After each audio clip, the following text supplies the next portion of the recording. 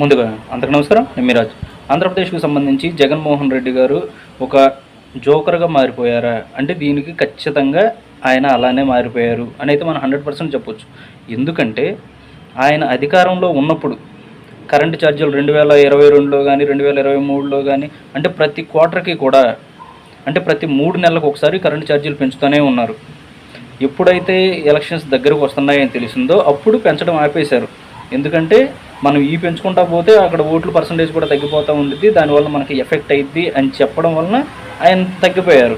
అయితే ఇప్పుడు జగన్మోహన్ రెడ్డి గారు అధికారాన్ని కోల్పోవడం వలన ఇప్పుడు ఈయన మాట్లాడుతున్న మాటలేంటో ఒకసారి మీరు వినండి.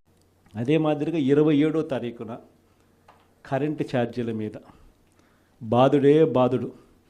ఎన్నికలప్పుడు ఏమని చెప్పావయ్యా, కరెంటు ఛార్జీలు తగ్గిస్తానన్నావు అన్నాడా లేదా? బాగా మన యూట్యూబ్లో కూడా నేను నా ట్వీట్లో కూడా పెట్టిన ఆయన అన్న మాటలు. అప్పుడు ఎంత గట్టిగా అన్నాడు, మామూలు గట్టిగా కాదు.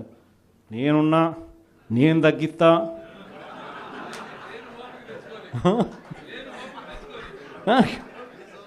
మాటలన్నీ కూడా మామూలు మాటలు కాదు. తీరా వచ్చిన తర్వాత 6 నెలలు తిరక్క మునిపే 15,000 కోట్ల రూపాయలు బాధుడే బాధుడు ఉట్టి కరెంటు మీద. సో దీన్ని క్వశ్చన్ చేస్తూ 27వ తారీఖున 3వ తారీఖున జనవరి 3వ తారీఖున ఫీజు రీయింబర్స్మెంట్ అందక పిల్లలు ఇబ్బందులు పడతా ఉన్న పరిస్థితులు.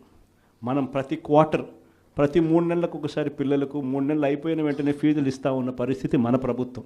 విన్నారు కదా, ఈయన ఏమంటున్నారు, చంద్రబాబు నాయుడు గారు కరెంటు ఛార్జీలు తగ్గిస్తాము అని చెప్పారు. ఆ దగ్గర ఆ ప్రూఫ్లు కానీ ఆ ఎవిడెన్స్లు కానీ ఇవన్నీ నేను ట్విట్టర్లో కూడా పెట్టాను, అవన్నీ చూడండి మీరు వెళ్ళి అని చెప్తున్నారు.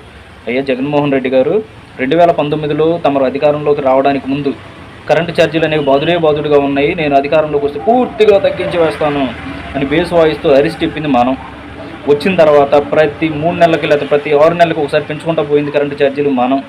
తమరు అధికారంలోకి వచ్చిన తర్వాత సుమారుగా 9 సార్లు కరెంటు ఛార్జీలు అయితే పెంచడం జరిగింది. అది మీ హయాంలో జగన్మోహన్ రెడ్డి గారు. తమరు అది మీరు గుర్తుంచుకోవాలి. మళ్ళీ జగన్మోహన్ రెడ్డి గారు ఫీజు రియంబర్స్మెంట్ గురించి మాట్లాడుతున్నారు. ఫీజు రియంబర్స్మెంట్ గురించి మాట్లాడే అర్హత కొంచెం కూడా 1% కూడా జగన్మోహన్ రెడ్డి గారికి లేదు. ఎందుకంటే అమ్మ ఒడి అని చెప్పి జగన్మోహన్ రెడ్డి గారు డైరెక్ట్గా పేరెంట్స్ ఖాతాల్లో డబ్బులు జమ చేయడం వలన కాలేజీ యాజమాన్యం కావచ్చు లేకపోతే స్కూల్ యాజమాన్యాలు కావచ్చు ఆ ప్రభుత్వం అందించే ఆ అమ్మ ఒడి కానీ ఈ నిధులన్నీ కూడా డైరెక్ట్గా మీ అకౌంట్లోనే పడుతున్నాయి. కాబట్టి మీరు మాకు ముందే అమౌంట్ కట్టేసేయండి, అవి పడినప్పుడు మీరు తీసుకోండి అని చెప్పి పేరెంట్స్ని వేధించడం అయితే జరిగింది. దాని ద్వారా పేరెంట్స్ ఒకవేళ పనులు లేని టైంలో కూడా బయట అప్పు తీసుకొచ్చి మరి ఫీజులు అయితే కట్టిన పరిస్థితి మనకు కనపడతా ఉంది. అంటే జగన్మోహన్ రెడ్డి గారు చేసినటువంటి ప్రతి ఒక్కటి కూడా ప్రజలకు నష్టం కలిగించే విధంగానే ఉంది. కిట్లు ఇచ్చారు.